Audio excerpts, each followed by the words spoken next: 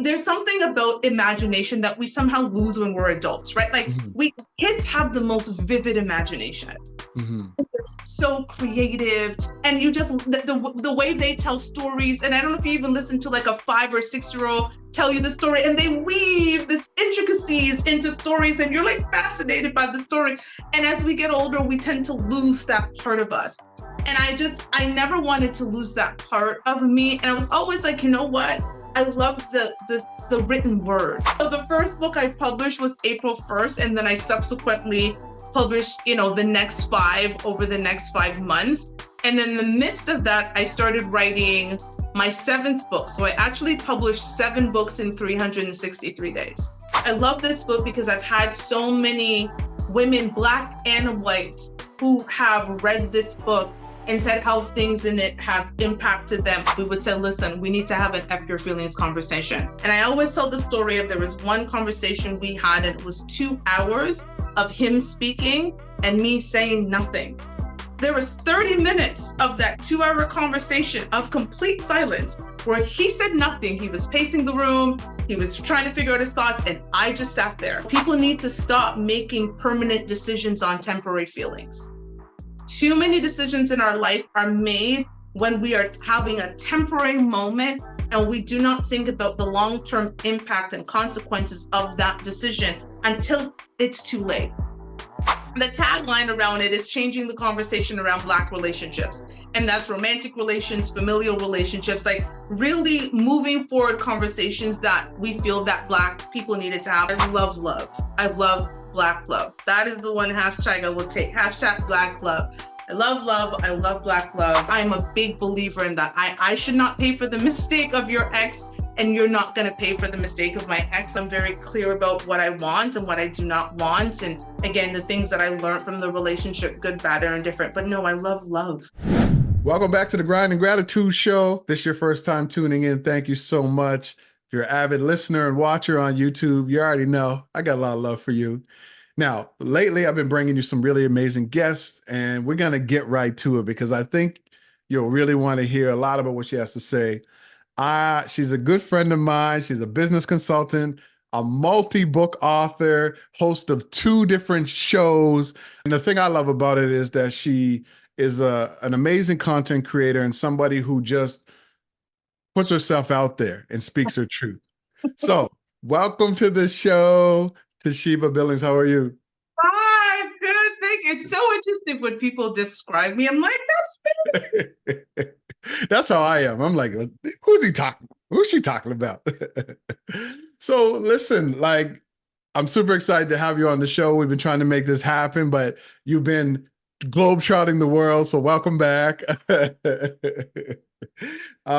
You and I know each other from previous work we've done in terms of business consulting and a whole bunch of other things, but why don't you just introduce yourself to the audience so they know who you are and what you do? God, where do I even start? I always like to start with, I'm a mother. I'm a very proud mother of an amazing 22-year-old daughter. I'm so blessed to have her. And that might be the only great thing I say about kids after the rest of the episode. But she's a blessing to me. But listen, I am just a little girl who was born in Jamaica, whose parents wanted great things for her. And when I came to Canada, I knew that I had to do great things. And that's kind of what I live with. This is the idea that my parents have paved the way for me to be able to have a better life. And so I can give that better life to my daughter, and that can continue. So I'd say that's how I describe myself.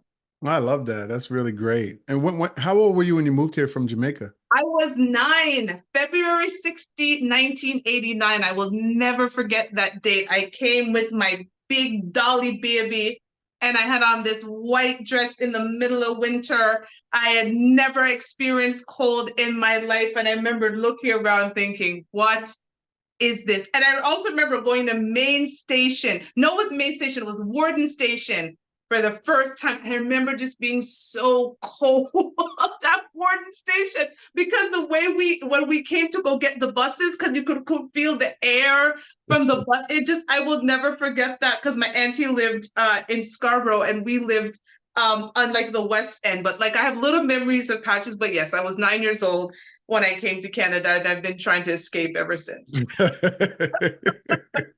Damn, like that. No, like that must have been an awakening. So when you came here, right? When you came to Canada, what was like, I mean, your parents came here for a better life, and like you said, they kind of instilled these values in you to do better.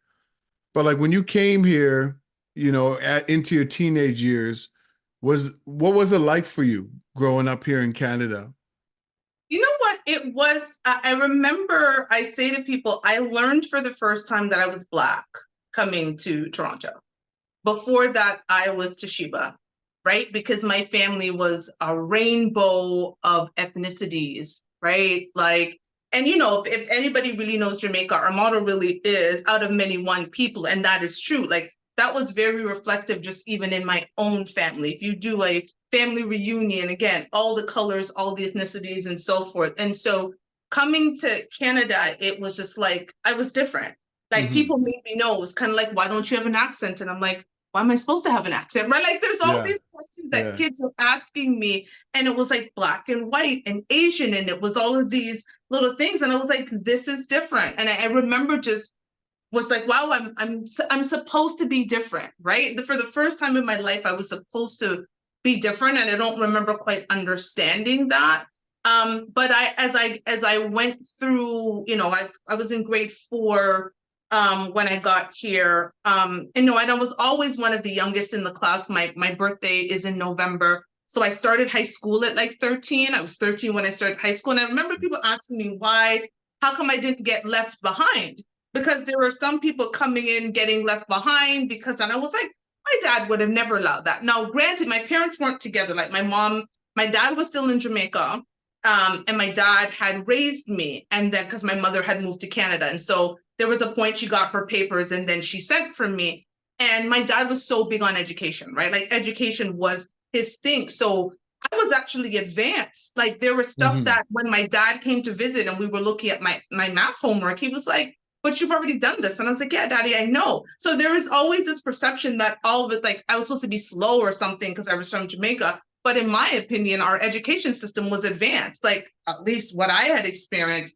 So I just remember just knowing that I was different, or at least I was supposed to be different. Like, I Right. didn't feel different, but I was supposed to be different.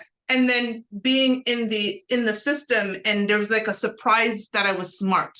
I Yeah. just remember that feeling of like, she's from this country. And I'm like, yeah, I'm smart because education's important. I was an avid reader. I used to read all the time. Like, Really? yeah, I was the person, like the kid going into the library, and whatever the maximum amount of books I could check out, I check out those books and read them and then bring them back and bring a set of books back, because that was like a big thing, like really reading. And my dad, again, was very big on that. My dad used to say, listen, they can take away anything from you, but not your education. That's really amazing. And to make a transition to a whole other country, a whole different culture, even though, you're going from one English speaking country to another, I'm sure it's very culturally different. And the fact that, which is really interesting because we're going to transition into this, it's like you were an avid reader of books when you were young, and now you're an avid writer of books. Like did you, when did you, or did you ever make that connection? First of all, like, how many books have you written? 9. Damn, 9 books. Wow. I wrote one and a half, and I'm like, I don't even know if I want to write another one. I wrote one and I co-wrote another one with like 9 other Black men. And people keep asking me, yo, Coach Stone, when is your next book? I'm like, slow down, man. So you wrote 9 books. Okay, so what what what was it that got you to write that first book? Like, why did you write that first book? Was it something that was lingering? What was that like? Like, how did that come about? It's funny. I can remember vividly, literally being like 15, 16, and my mother got like the first computer from the Brick. I remember it was from the Brick, the big, big dirty computers, right? Yeah, yeah.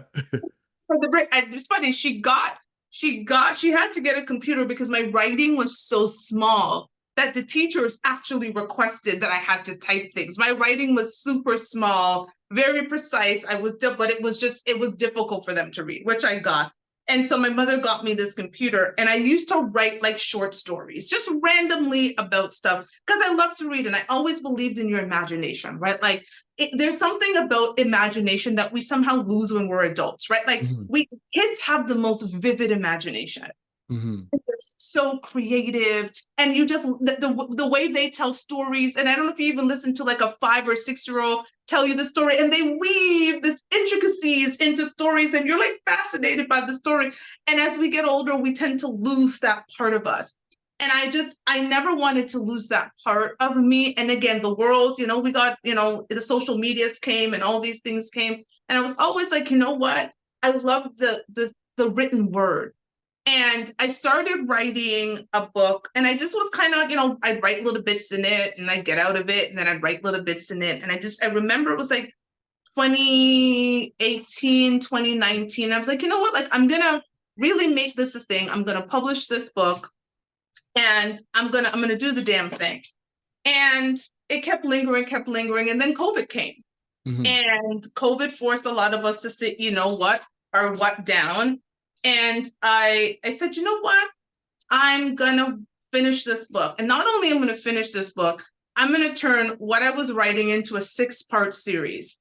So in March of 2020, I had enough for like a book and a bit. So I had about 80 pages. And I was like, you know what? I'm going to challenge myself. Every month, I'm going to write a different book and publish it. Wow. That's what I did. So I announced, it was like the day Rob Ford announced, or Doug or Rob, whichever one of them was in there at this time, announced that we were having the shutdown.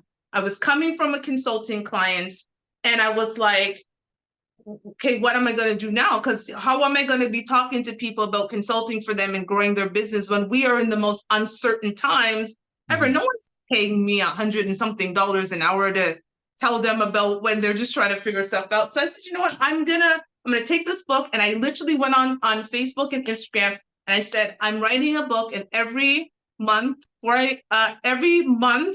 the next 6 months, I'm gonna publish one. And once I put it out, I wasn't gonna take it back. It was out there. And so the first book I published was April 1st, and then I subsequently published, the next 5 over the next 5 months. And then in the midst of that, I started writing my 7th book. So I actually published 7 books in 363 days. 7 books in 300. That's amazing. Like, there's people right now who are struggling to write the first sentence of a book. You know what I mean? Like, that is a real discipline, right? So because there's a lot of people right now who are listening who've been talking about writing a book. They're saying, oh, my story's so, amazing. People need to hear it.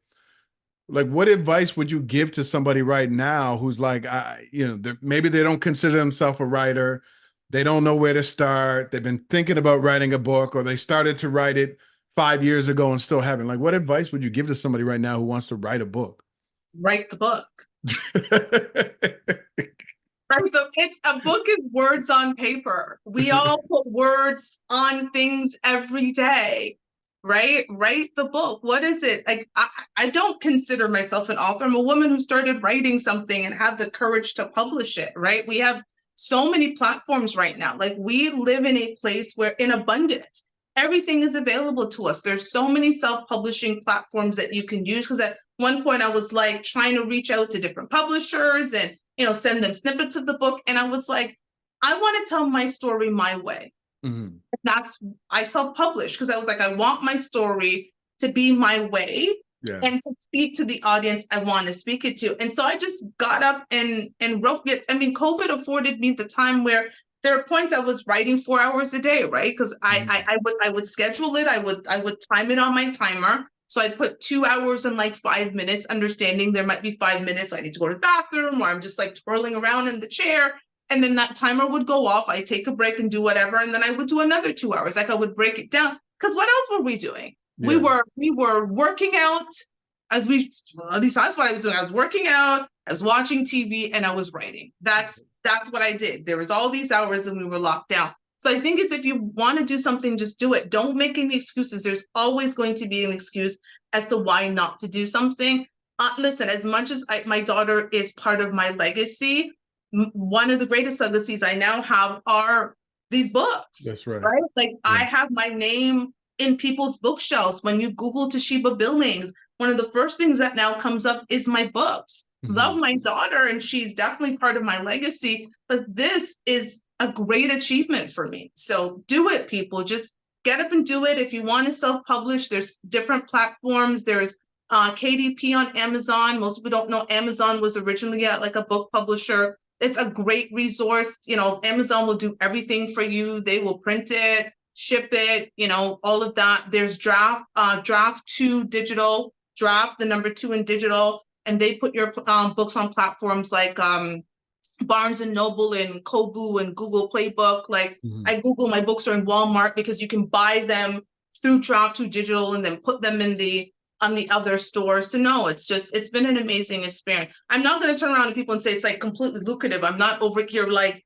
dripping in money, but for me, that wasn't part of it. It was just being able to have something out there that I did. Like that was really important for me. No, that's really good. Well, there's two things that I want to kind of add to that. The first thing is people might be like, oh, well, you know, that was during the pandemic. You had nothing but time. Yeah, but you still had to schedule the time. See, I wrote my book.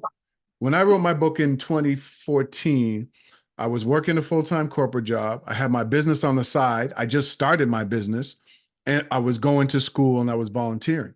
And so people are like, well, how did you write your book in 12 weeks? Well, I did it going to and from work on the subway. That's a majority of my book I wrote in transit on my iPhone and my iPad.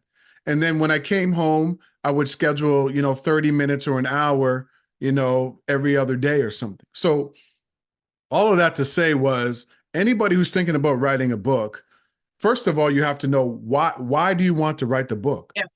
Toshiba just said, like, most people who write books don't get rich. There's only probably 10 people in the world who are actually authors that make money off of their books. However, there are hundreds of thousands of authors out there who leverage their book to build authority, to get people to hire them to consult, to speak on stages, to buy their programs. So why are you writing a book?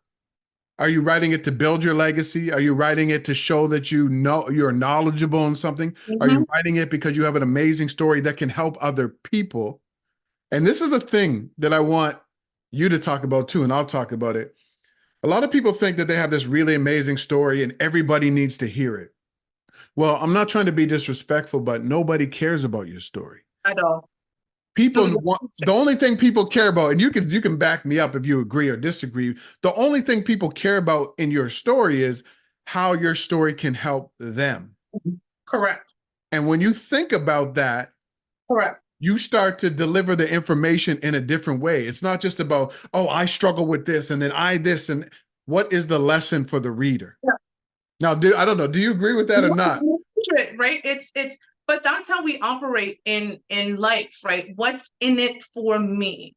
Most of us do not work for free. Even when you volunteer, there is something in it for you at the end of it, even if it's just self-satisfaction, right? There is something in it for you. And so when you're putting pen to paper, what is the message you want to deliver to the reader? How are they going to perceive that? And part of, what's important when you're going to write a book, and as much as it's a personal journey, I get beta readers. So before my book goes to my editor, I get other people to read it. I'll ask them a bunch of questions and leave, opportunities first for them to give me feedback. But I want to know. I've had people tear this book apart. This book was much bigger than this originally. Okay. And I had people tear it apart. My editor, when she got it, there was times I had it blacked out, all kinds of things, because I got other people like, am I conveying the message? What are you getting out of this? If you're not getting anything at all, I got to go back to the drawing board. And I get it's a personal thing. Like writing is such a personal thing, and I completely get it. But you've got to understand how other people are receiving the words that you have on paper. So I would definitely say get beta readers.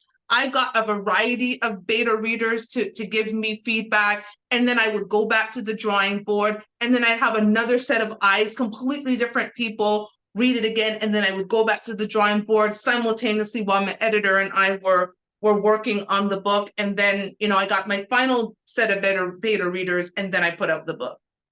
Yeah, that's a really great point. Like getting people to beta readers are really people who kind of read your book as you're writing it to Yeah. give you feedback.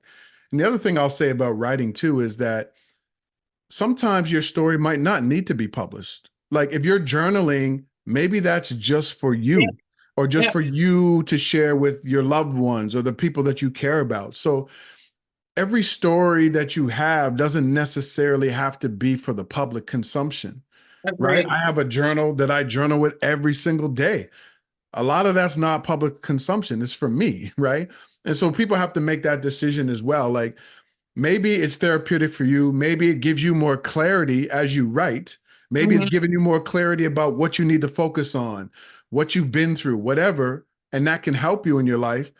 Or maybe it is for public consumption. But I think a lot of people have to make that decision because not everything that you journal or write down is for everyone, right? And so, yeah, so thanks for sharing those tips because I think it's really important that like it's like anything. If you want to do something, you got to get started. Let's Like do it.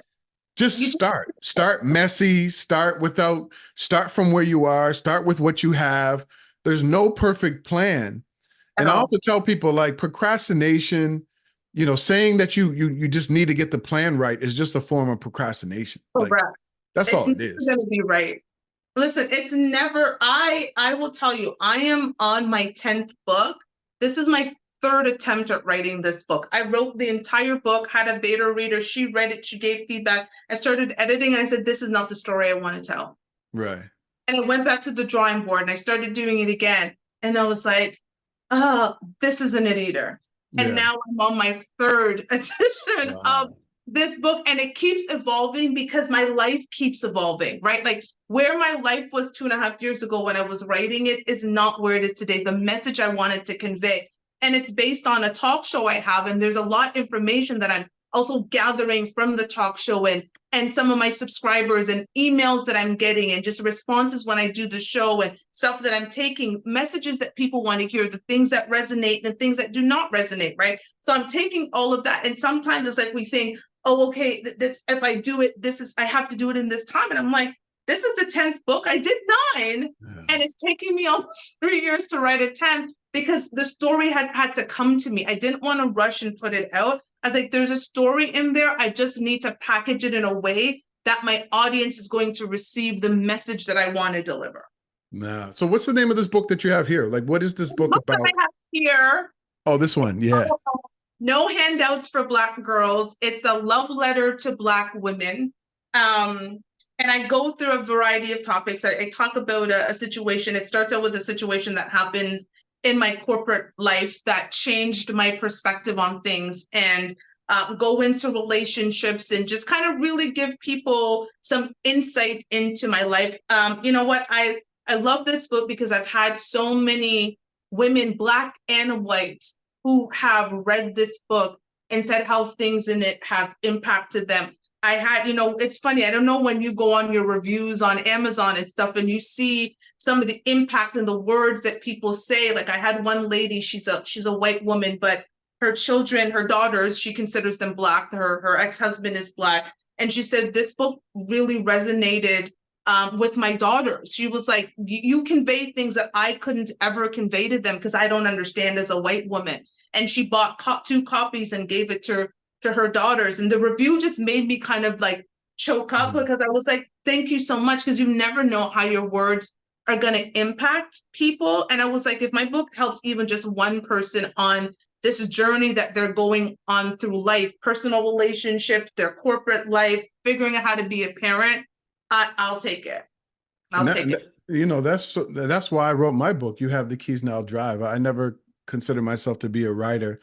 And every time I tell people this, I see the way they look at me like, yeah, right. But I literally wrote the book hoping that it would help at least one person. Mhm. I never even thought about helping 10 or 100. I just thought maybe this book can help. People look at me like, yeah, right. I'm like, I wrote the book thinking if it helps one person, it's successful. Yeah. And I think, a lot of people have knowledge and information that they can deliver to people, but they're just afraid to get started. Okay, maybe you're not a great writer, but maybe you're good on video. Maybe you're good with Mhm. audio. right? Mhm. There's so many other ways to express yourself and so many other ways that you can help people. And so you transitioned, and you're not even a transition because you're still writing a book. Now you have two talk shows. There you go. And okay, the first talk, the name of the first talk show, F Your Feelings, right? Like, I love the title of that, F Your Feelings. Like, honestly, as an athlete, a former athlete, I played basketball competitively in university, and when I think it was maybe 2 years ago, a year and a half or 2 years ago, maybe 2 or 3 years ago, when we kind of met and you told me about the show or something, and I was like, oh, let me go check this out. And when I saw the title of your show, F Your Feelings, I was like, this connects with me. It resonates with me Yep. because so many people get wrapped up in their emotions and they just don't do what they have to do. Oh, I That, would do this, but that, this person doesn't believe in me. yep. I would ask for this promotion, but at my job, they don't think I'm good enough. Or you start feeling like you're not adequate, or you feel like an imposter. You got to push through the feelings. Absolutely. If you want to achieve something in your life, you got to push through those limiting beliefs and those feelings. Nobody got to the level of greatness worrying about their feelings and what other people thought. So talk to me about the show, how it came about, and what it's all about. Oh God, oh, let me lean back for this one. I will give the credit to the name of the show to my ex-fiance. Shout out to Robert Stevenson for the name of the show. So we were having a conversation. God, this show started in September 2021. My Mm, ex-fiance is also an athlete. So he is a professional athlete. He played professional basketball. He played Division 1 and played 6.5, 7 years overseas in several different countries. So he's a big, 6'9", huge black man, and I'm 5'5". I want to paint the imagery for you. So I'm 5'5". He's 6'9". We are, yeah, very, very big difference. We were having this discussion. I do not remember what even the topic was, but I don't know what I said to him, and he looked down at me and he was like, F your feelings. And I remember like clutching my invisible pearls. And I was like, oh my goodness, everybody cares about my feelings. I'm a daddy's girl. What is this guy talking about? What happened during that conversation was he was expressing something to me, and I invalidated what he was saying by interjecting my feelings. mm, That wasn't my time. It was mm. his time to have a conversation with me, and I had minimized his feelings by interjecting mine. And I remember when we stepped back and we had the conversation, and I said, you know what? We have such amazing conversations about life and love and stuff. It'd be interesting if we actually took the conversations that we have in our relationship and brought it to a public platform. Brave, very brave. And we started having F your feelings conversations, right? Like when we were in a space where we needed to express something to each other, we would say, listen, we need to have an F your feelings conversation. And what that meant at that moment, it was that person's time to speak. And I always tell the story of there was one conversation we had, and it was 2 hours of him speaking and me saying nothing. There was 30 minutes of that 2 hour conversation of complete silence where he said nothing. He was pacing the room. He was trying to figure out his thoughts. And I just sat there. Hold on. Wait. You never said a word for 2 hours? I said not a word for two Wow. hours because I understood that it was his time to speak. Like he always gave me my time to speak, right? It was his time. Whatever was frustrating him, there was a lot of stuff going on. And after he was done, it was then, okay, how do we now address all of the things that you just brought up? And do I understand fully what is that you've brought up so that we can address it? Because there's things that we can address as a couple. There's things that you have to address individually, and there's things that I have to take away and address it, right? But if I was just talking and getting wrapped up in my feelings, I couldn't do that. And, one of the things we talk about on the show is, people need to stop making permanent decisions on temporary feelings. Yeah. Too many decisions in our life are made when we are having a temporary moment and we do not think about the long-term impact and consequences of that decision until it's too late, until it's way too late. And so, when we started doing the show, I had when I thought about the show, I had a bunch of names on a piece of paper, and I gave it to him. What does he think? He's like, forget all of these names. We're calling it F Your Feelings, the show. The test, because I'm like, is it too bold? Maybe people won't like it. It was like on there. He's like, just go with your first mind. That's what you want to call the show. Let's call it the show. And the tagline around it is changing the conversation around Black relationships. And that's romantic relations, familial relationships, like really moving forward conversations that we feel that Black people needed to have. We're no longer together. And I've continued the show on my own, and I've seen exponential growth with the show, and I'm very, very proud of the work that I'm doing and the conversations that I'm having. I feel like there are so many messages about Black relationships and Black men and women where we're very contentious and we're speaking at each other, not to respond, not to understand. And I've tried to create a platform for us to be able to listen to each other and have what I call respectful discourse, because I think it's important to have respectful discourse. I cannot pretend to understand the Black man's experience, and the Black men cannot pretend to understand the Black woman's experience. But if we take the time to engage with each other and take the emotions out of it and really trying to learn, I think we can go a very long way. So I mean, I just commend you both for putting yourself out there. People come to me all the time, and my wife is a culinary nutritionist, and she's on TV a lot, and I'm out here doing my stuff on stages and TV and stuff, and people always ask us to come together. They love when we do stuff together, and we do it every once in a while, but we don't want to put ourselves out there as being this Black couple, because we already have people saying, oh, you guys are relationship goals. And I always tell people, look, our relationships, I don't want that. We're not perfect. We got our own struggles and challenges. So every once in a while we'll go on live on Instagram, or we'll do something together, maybe on a show or something. But like, did you feel that pressure? Like, were you guys thinking about that before you put yourself out there? It's funny.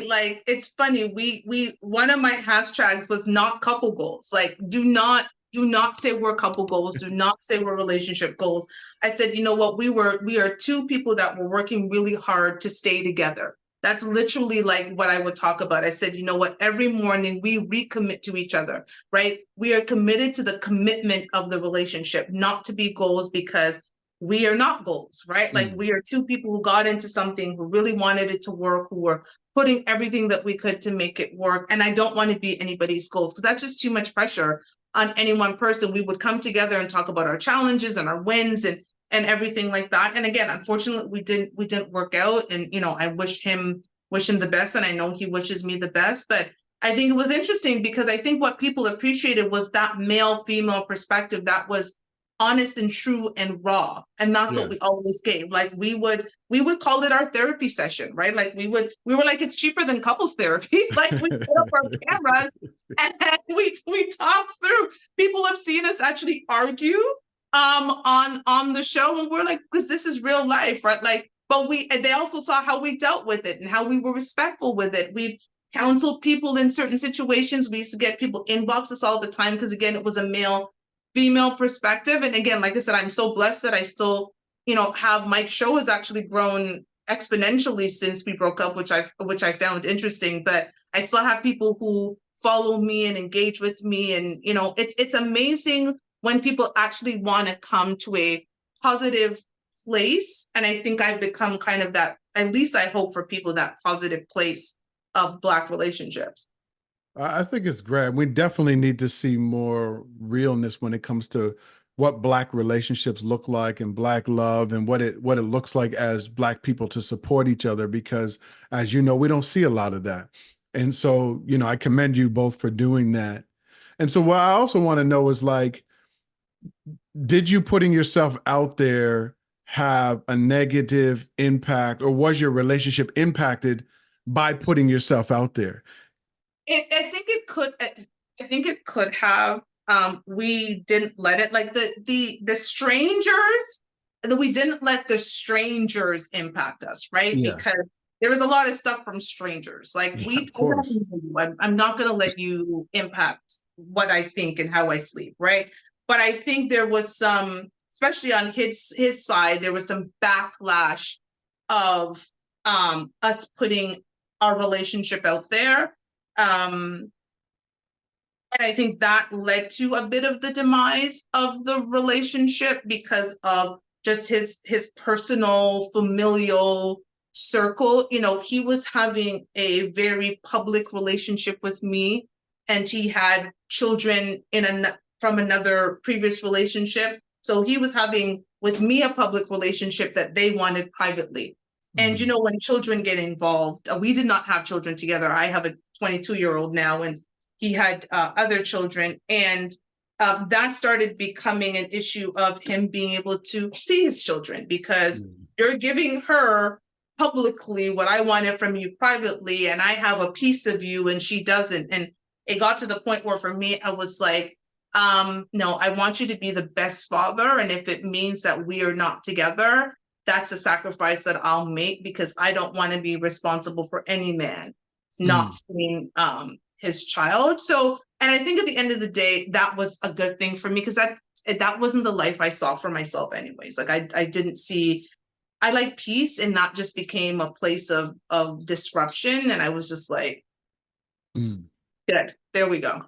Yeah, I think that's always my fear about putting myself out there. Like, well, more me and my relationship. I don't care what people have to say about me. I'm out here trying to help people, whether you get it or not. At least I'm trying. I am putting myself out there, you know, my vulnerabilities, what I'm learning and all that. But it's the relationship piece that I just, you know, putting yourself out there for criticism and scrutiny and people to come at you. I'm sure both of your inboxes were, I'm sure people were DMing both of you like, okay, you know, trying to do that breakup thing. Like, yeah, if you guys are this good to each other, let me try to slide in there. I'm sure a lot of that was going on too.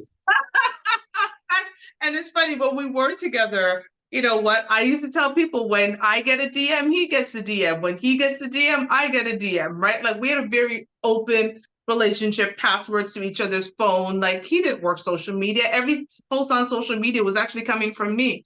People didn't realize it. Like it was his social media, but I controlled it, right? So we had so that stuff, didn't worry about it. So just again, when people close to you that you know in real life start interjecting, then that became an issue. But yeah, no, I tell you, YouTube is an interesting place for me, because I do get a lot of backlash, because I'm very honest and open, and I you know, no filter. So I think you don't have a show called F Your Feelings, and for people, I actually spell out the actual word.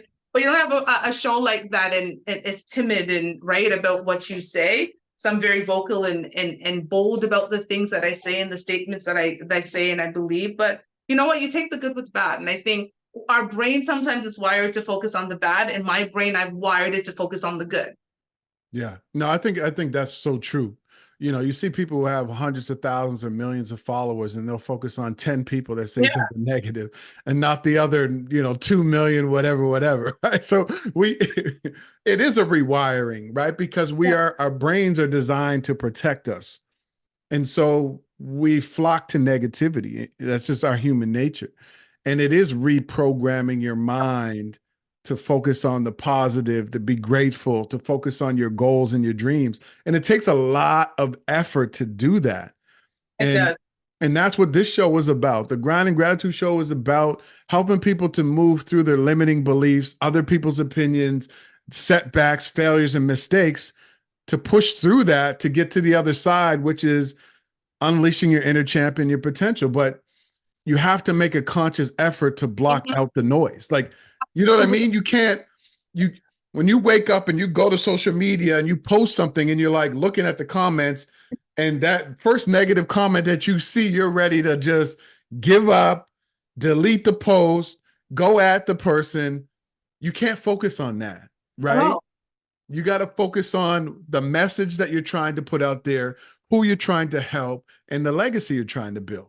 that That's what part, I focus on. legacy, that word legacy. And that's what people like, what legacy are you trying to create? Like I said, that was part of me writing my books, is I said, you know what, one day Someone's going to be cleaning out their grandmother or their mother's things when she passes away. And there's going to be my book or books on that shelf. I am part of that way after I'm gone.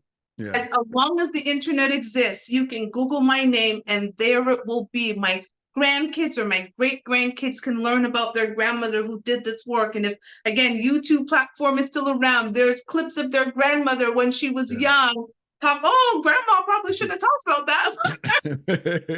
But there, yeah, that's important. And again, I know that I have a message, and I think I want to, and I tell people, we don't realize that there are businesses built on negative relationships with Blacks, right? There are businesses built to make sure that Black people do not have positive relationships. That's right. Especially romantic relationships. You can sell things to single Black women that you can't sell if they're married in a happy relationship. That is facts. And so it's easy to get caught up in all of that. But when you really see the bigger picture of what it is, you'll listen to what people like you and I are saying. Yeah. So I'm going to ask you, like, and I'm sure this probably comes up in your DMs and stuff. So now that, you know, you're newly single again, do you still believe in love? Are you still ready for another relationship? Love. I love love. I love Black love. That is the one hashtag I will take. Hashtag Black love. I love love. I love Black love. You know what? For me, I would say that I'm the common denominator in all of my failed relationships. And when I'm out of relationship, it's a moment of reflection, right? Let's take a look at what did I do to contribute to the demise of the relationship? What were things that I could have done differently? What are things that I just know that I couldn't have done anything about this? This is just how it is. So I really take back and I really reflect and I try to learn so that I will be better the next time, right? And I just, I always think it's important to take a step back, look at the landscape, figure out if I'm going to go after this thing, whatever the thing is. And for me at this point, it's love and marriage again. Are there things within myself that I need to heal and fix before I present myself back out into the world? Because my next should never pay for the mistake of my ex at all. Like, I'm a big believer in that. I should not pay for the mistake of your ex, and you're not going to pay for the mistake of my ex. And so until I was actually fully ready to engross myself back out in dating, I didn't. Like, I didn't really date for 6 months after the breakup. I just was like, I'm good. I'm in this place. I've got to deal with the things that I got to deal with. And then now that I'm more back to dating, I'm very clear about what I want and what I do not want. And again, the things that I learned from the relationship, good, bad, or indifferent. But no, I love love. I think Black men are just the most incredible men on the face. No disrespect to anybody else, but I think Black men are just the most incredible men on the face of this earth. So well, I love as a Black man, I concur. But but listen, no, you know what? You said some really powerful things there that I think men and women have to pay attention to. It's about healing, because what happens is a lot of us don't heal from our relationships, right? And then we run out and we end up in the same situation again. We don't heal, we don't learn, we don't look at how we contributed to the demise of the relationship. It's always about that person over there, and this is how they did me wrong. And what happens is the next person inherits that. Amen. And so what is your ownership in a relationship not working out? And I mean, I've done that too. I remember, like, before I met my wife, I was just on pause. I was not dealing with any women. Women were approaching me. I was like, no, I'm just taking care of myself. And, some women didn't like that. They're like, what's wrong with you? You don't like women or whatever. I'm like, I'm just taking time for me to get me. Yeah. And because I did that, I was ready when that opportunity presented itself for my now wife. But I just find a lot of people don't pause. There's people who just are addicted to being with somebody. They don't like to be alone. And so they just end up with the wrong person. So that the power of the pause, to allow yourself to heal, to take ownership of how you contributed to the end of that relationship, and then getting clear about what you want in your next relationship. That's Amen. everything that I got from what you just said. Oh, amen. And I will tell you, one of the most powerful exercises my ex and I did, and it's something that I have asked other people to do, and something that I'm talking about in my next book was, I remember sitting down with him and talking about our relationship with love, not each other, not loving each other, but what is your relationship with the concept and the word love?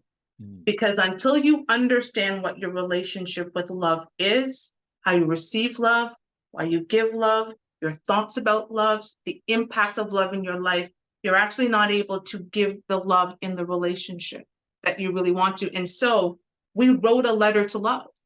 So we both wrote, we went on our corners and we wrote a letter to love. It was a love letter to love, and read it on our show. And it was a profound moment for him, because he's like, I've never done anything like this. And no other woman has even ever challenged me to do something like that. But I was thinking, we're talking about love. We know we love each other, but what is our relationship with love? And some of that starts from your childhood and how you witness love and how you receive love. And another question I remember asking him in the relationship was, how can I love you better? I know that I'm loving you, but am I loving you in a way that you receive? Because just because you're loving someone doesn't mean you're loving them in a way that they can receive. And until that person understands their relationship with love, they actually can't answer that question. And so I was challenging people. And it's funny, I got a beautiful email from someone who watches my show on YouTube. It was a gentleman, and he was like, that changed everything for me. He said, Toshiba, it's going to take me a while, but I'm writing that letter, I promise you. Because he's like, it's going to break down for him some of the issues that he's having when it comes to dating, because until he understands what that relationship with love is, how is he going to be able to love that wife that he's looking for? And to me, that email meant everything. I was like, if that's what that did, thank you. I've helped that one person and it's resonated with that one person. So those are the types of things I try to talk about on my show. And those are the types of things I'm talking about in the next book, because it's things that we generally do not think about. And I remember my ex looking at me and was like, I think he was 45 at the time. He was like, in my 45 years. And he's been married and divorced. And, again, he was the big basketball player and the big man on campus. And women were always throwing themselves at him. And he's like, never has any woman ever looked at me and dared to ask me a question like that. And he was like, it changed everything for him. That's powerful. I love letter to love. And when you think about it, like I'm thinking about, I shouldn't say never. I rarely saw loving relationships growing up. No disrespect to my mom and no disrespect to my aunts and women in my community, but I saw a lot of toxic relationships. Mm-hmm. And I saw a lot of women and men justifying staying with a person that was even in some cases abusive, not giving them what they needed to make them feel fulfilled. And so for me, and I'm sure a lot of people I grew up with, I had no real concept of what a loving relationship was because I never saw one. Like it was rare that I saw people's parents together. Mm-hmm. And so, as I was going through my dating life, I had no concept of what love was. I didn't know, and it was being around people who were in loving relationships, older people who'd been together for 20, 30 years. And some of my friends who had been married, who were happily married, having deep conversations with them, like conversations like you were talking about with your ex, that really opened my eyes to like, oh, this is what love is. I never knew. And I think a lot of people don't know because even if your parents were together, maybe you never saw them in a loving way. You know what I mean? So I think asking ourselves, what does love look like? What do I need? What can I give to someone else to make them feel loved? I think these are all questions we need to ask ourselves, because once you do that, it's going to stop this cycle of you being in relationships that are toxic, that aren't loving, that aren't giving you what you need to feel fulfilled. Amen. And it changes your vetting process, right? I say to people, we give access to people. So what do I look like blaming someone? I gave access to my life for them doing bad things for me. I gave you access. I Yes. let you into my life to allow you to do that. I could have stopped you. I didn't vet you properly, right? That's not on you. That is Mhm. on me. And I've had to talk to people on the show about what does your vetting process look like? I'll give you an example. There was a gentleman I went on a date with. I went on one date with him. And, we had great conversations. On paper, he looked great. And we were, having a conversation, and he said he wanted to be married. He's like 44, 45, no kids, again, on paper looks really, really good. And we're chatting, and I said, okay, tell me I just want to understand, what does marriage look like to you? Oh, wait. Crickets. Say you want to be married, you say you want a wife, you say you want a forever. Tell me what that looks like for you, because I want to understand your plan for your life and your wife and how you envision that looking. And when he had no answer for me, but then he said he wanted us to try to be in a relationship, I said, absolutely not, because you're not a man with a vision and a plan for the life that you say that you want. Right. Mhm. And there are questions that I ask guys that I know make them uncomfortable, but sometimes you got to make people uncomfortable. If I want a certain outcome in a relationship, I'm going to go and get that outcome. And I need the person who aligns with the outcome that I want. So if you say you want marriage, that's great. Awesome. Tell me what that looks like for you. Mm. No, that's Here, good. Yeah, yeah. There's too many people that are comfortably uncomfortable, and nobody challenges them in their life, their friends, their family, their coworkers, nobody challenges them. And so they just skate through life. They say all the things they're supposed to say. They kind of make it look like they're doing the things they're supposed to do. And then when somebody challenges them on why you believe what you believe, why you move the way you move, why do you value what you value, they freeze up. And that's when they get scared that they've been exposed, because a lot of people just don't do that inner work. A lot of people don't know. They say the things they're supposed to say. Oh, yeah, this is why I want to be in a relationship, or this is why I think I should want a family, or this is why I should want to start a business. But do you really? Like, it's about you. Like, you got to get clear about what it is that you really want without the filters of what society tells you, what your parents want you to do, your siblings. What do you want? And amen. that is very, very difficult, because you Amen. got to spend time thinking about who you are. And a lot Amen. of people don't want to do that. They want to fast forward to the good part. Like, it's like watching a movie. You skip all the climax and all that. You just want to get to the end. But you Exactly. can't get to the end until you do that work in the beginning. Yeah. So, like, It, for you, looking at you, right, you seem like a very confident person. I'm sure that terrifies some people, and I'm sure some people love it. How did you get to this point where you're just so confident? Because people will see you like, she's written 10 books, she got talk shows, she speaks with confidence and clarity and conviction. Like, where did that come from? I can tell you, I was surrounded by a group of very loving people, starting with my dad. My dad is, he's left us, but my dad is one of the most amazing fathers. I always say he's a flawed man, but he's a great daddy. Um, Mm, and he was really a part of paving that for me. Because again, they said, a little girl's first love is her dad, right? And again, I have great familiar relationships, my sisters. I just was surrounded by this love and this idea that I could do and be anything. mm, I didn't grow up with limiting beliefs. And I think that's a lot of it. A lot of us grow up with a lot of limiting beliefs.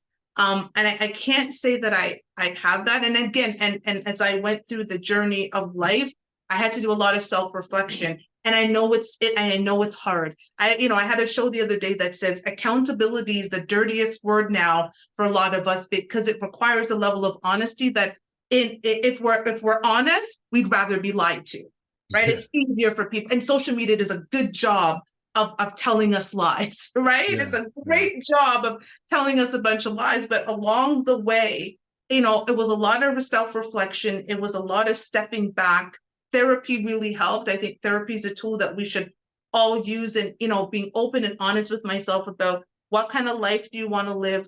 What does that life look like for you? Right? If you don't get this, what's the plan B? And if you don't get this, but I was always striving for something. I tried to be methodical about the decisions that I made. Like, I tell people, my daughter is an only child on purpose. She's not an only child on accident. I knew when I had my daughter at 21 years old, I only had the emotional capacity to raise one child. Wow. That's all I had. And I was going to give this one child everything I had, but that was it. I also didn't believe in children with different men. And so when her father and I did not work out, despite getting married after that, besides being in great loving relationships, I had that stance. I'm not having children with different men. I will only have the emotional capacity for one. And I may love you, and I think that loving feeling is great, but that love may go, but this child is forever. And I only had one forever child in me. And listen, you talk about people and what people think. Everyone told me I would change my mind. You're 22, you're 23, you're 24, you're 25, you're 26. When I tried to tie my tubes at 27, they told me to go to get a psychological assessment. I'm like, I'm not crazy. I just don't want to have kids. Then it was like, oh, you got married, and all of these things. And to this day, people are like, I am shocked you did not have another child. I said, what did you guys not understand about? I had made a decision in my life that I was going to stick to, because even at that age, I had a vision for my life. And I knew that having multiple children wasn't going to get me to where I wanted to be in life. It was just how it was. Again, my dad was kind of adamant, when you make a plan, you stick to it.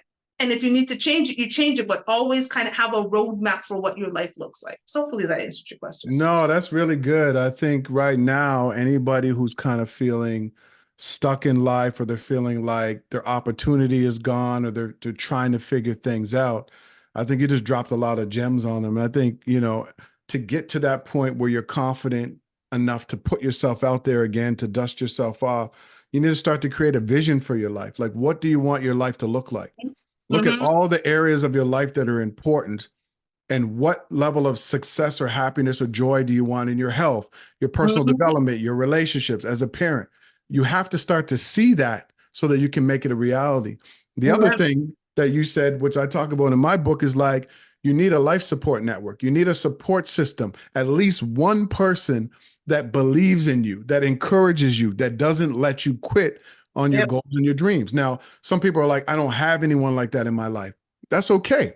Find an online community, find an in-person community. Maybe it's a community of faith. Maybe it's my community, the Champion You community on Facebook. Find a community of people who are going to hold you accountable, lift you up, and encourage you to keep going. And then the other thing that you said that I kind of, listened to was, what is your roadmap? Now that you kind of have this vision, like, how are you going to make it happen? Most people wake up every day not knowing what to do towards their goals and their dreams. So they either do nothing, they do a little bit of things that are insignificant, or they have the shiny thing syndrome, and they're all over the place. What is your plan? What are you going to do every day to take control of your health? What are you going to do every day to quit your job and start your business? What are you going to do every day to make your relationship stronger and more loving? What are you going to do? And if you don't have a plan, it's okay if you don't have a plan. You can start without a plan, but at some point, week 2, 3, month 1, month 2, month 3, you need to know what you're going to do every single day so that it becomes automatic. Amen. It's funny. My daughter came to me. It was like right before the new year, and she was talking about, as she puts her kind of plan together. And I don't know if she read it in a book or where she read it in, but she was talking about like setting up her life in quarters, right? Just like you do in business, right? Like, Mom, I know what I want to do for the year, but I'm breaking it down into, this is what I'm going to achieve month 1, month 2, month 3. Okay, that's my first quarter, and really bucketing in that way. And I thought, You know what? As a young lady, that's very insightful because that's how you run businesses. You run businesses in quarters, right? And I think a lot of people do have these lofty dreams, but what they don't do is they don't break it down into smaller, achievable goals. Yeah. Right? Like, Milestones. hey, you want to write a book? You wrote your first 100 words. Congratulations, you're on your way to being an author. You don't have to have written 350 pages, think you're writing The Next Color Purple or Gone with the Wind. You just need the first 10, the first 100, then it's the 1,000, then it's 2,000, then all of a sudden you're on the way to becoming an author. But what we think is, I want to be on television, have my own talk show, and it's this big dream, but you don't want to start with just putting up your camera and doing this. This is the way it starts, right? Yeah. It takes, what did they say? It takes 10 years to make an overnight success. Yeah. And that means consistently putting in the hours. There's a reason you can't just have a podcast on Spotify without putting in the work. They want to make sure you have done a certain number of episodes before they give you space to do that, because the consistency is key. You say you want to have a better body. I didn't want to go to the gym today. I did not.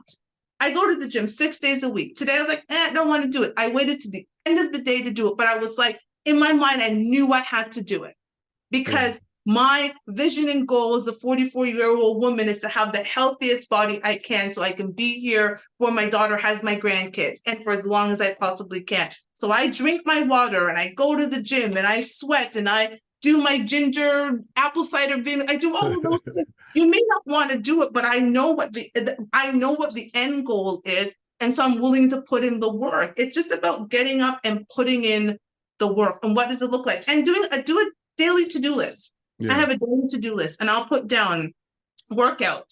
And once it's on my list, I have to cross it out. I meditate every morning. So that's on my list. And I look at my list and I say, what have you accomplished on this list today? If writing is what you want to do, how long do you want to write? 30 minutes? Well, write 30 minutes on your list and stick to your list. Yeah. No, that's powerful. You know, I developed this system called the Get It Done system, and it's exactly what you just said.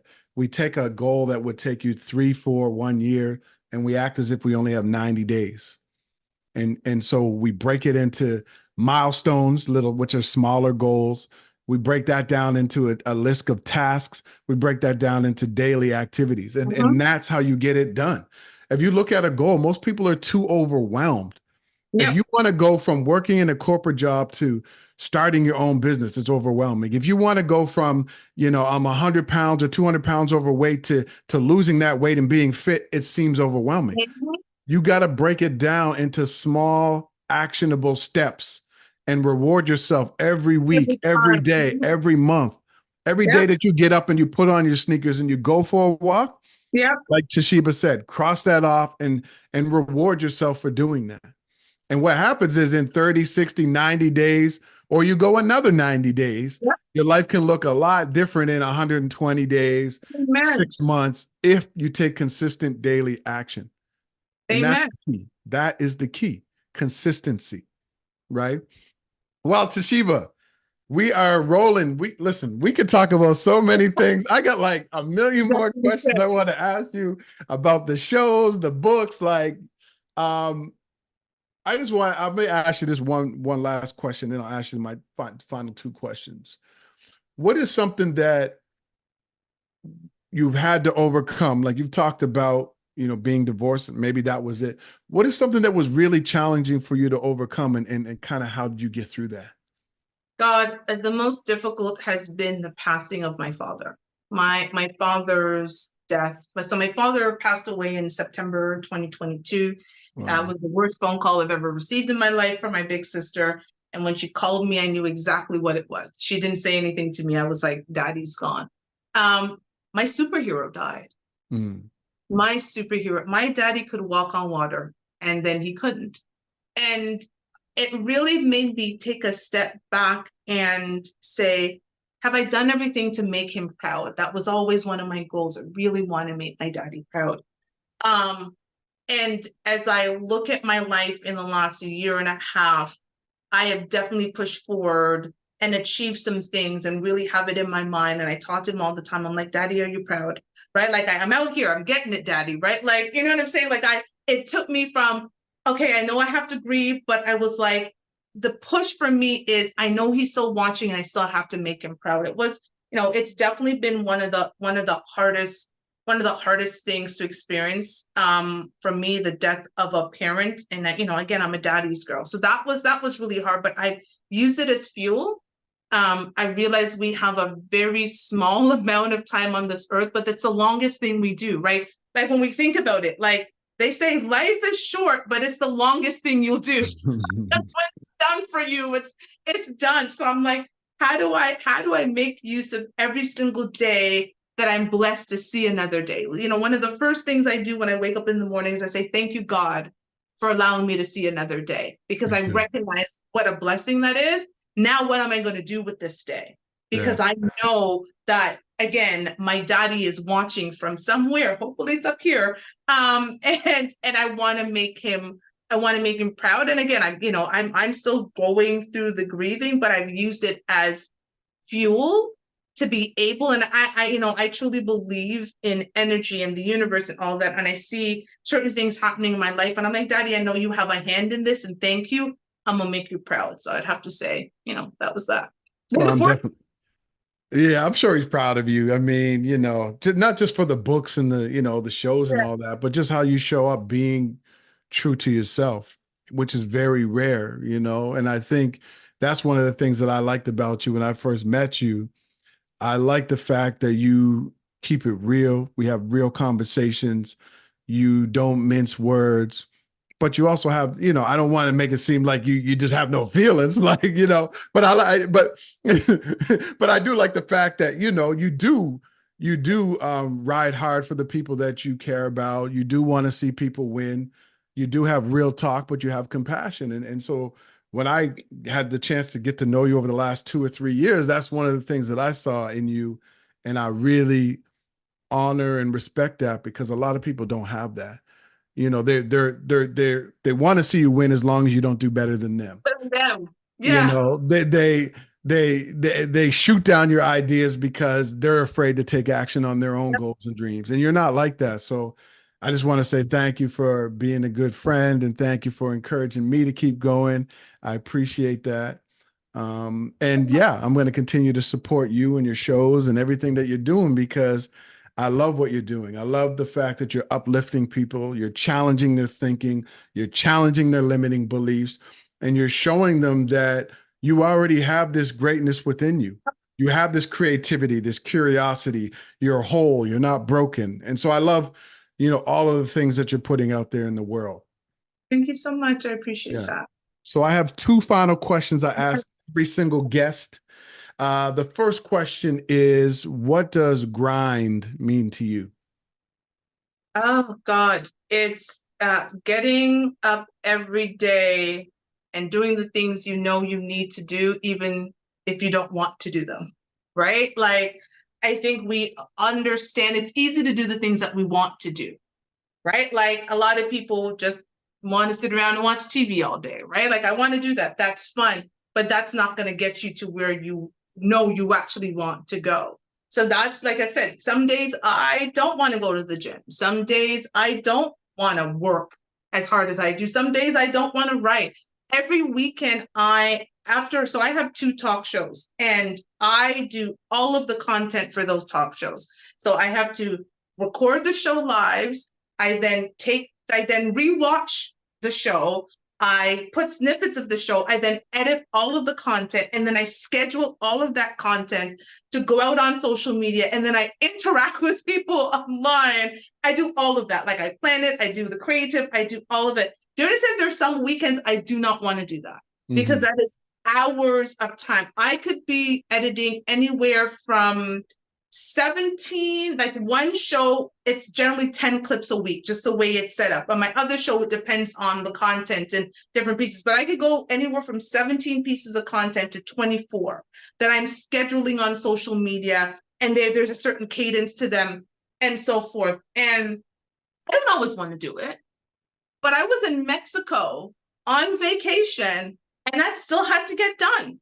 Yeah. All of the content was edited, and I planned it out where my daughter and I could go out. do what we needed to do, have fun. But there was a time at night that I knew she was going to be tired.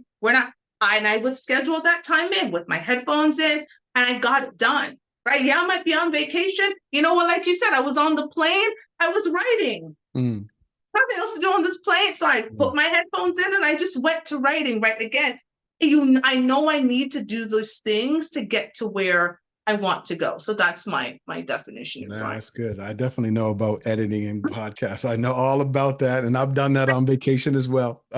And the last question, Toshiba, what does gratitude mean to you?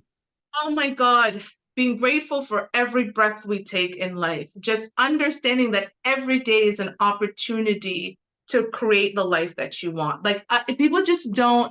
I think it's funny. This dating streets is so funny, and my least favorite question is always, what do you do for fun? Because I know the person's not going to like my answer. And it's always waking up and taking a breath. Because if you don't find that fun, I can't help you. And people think I'm being sarcastic or whatever, but I'm like, you don't understand how grateful, like literally the moment I open my eyes every morning, I'm like, thank you for giving me this other day, because I understand that there are people who did not wake up. They went to sleep and didn't. And I'm so grateful for that. And I'm like, I got the same 24 hours as Beyonce. So what am I going to do with these 24 hours to get to where? And I am so grateful for that. Like I really look, and I think people need to understand we can create the life that we want. And it's not easy, but nothing that's worth it ever is. Nothing that's worth it ever comes easy. You have to put in the work, but every step of the way, I'm just so grateful. When I go on my shows, I don't care if there's 1 viewer or 50 viewers. 1 person showed up, I'm grateful, right? I'm just like, you're here, you're listening to me. I would say to people, you could be anywhere else, but you're here with me, and I'm excited whether it is 1 person or there's 100 people. It's the same level of excitement I show, because I understand the world doesn't owe me anything. And so everything it gives me, I'm just so blessed and thankful for it. Wow, that's so amazing. Look, Toshiba, you dropped so many gems today. I know people are going to go back and rewatch this and re-listen.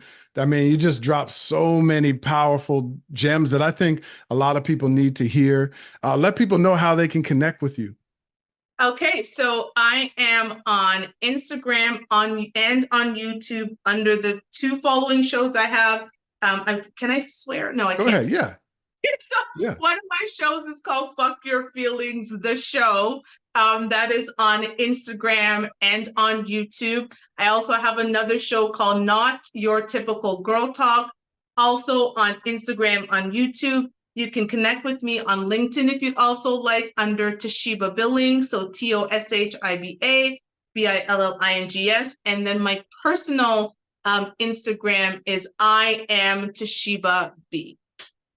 Awesome. And we'll put all that in the show notes, and we'll put it in the description so people can connect with you. Listen, thank you so much for being here, Toshiba. Really appreciate you dropping these gems. I know we're going to have a part 2. I already know, probably 2, 3, 4. I know we're going to do this. But I just really appreciate you being here. Thank you for being here. And everybody, thank you for tuning in and listening. Make sure that you leave a comment below and let us know your biggest takeaway from this conversation. And make sure that you subscribe to the Grind and Gratitude Show podcast. That's it for now. Take care, everybody.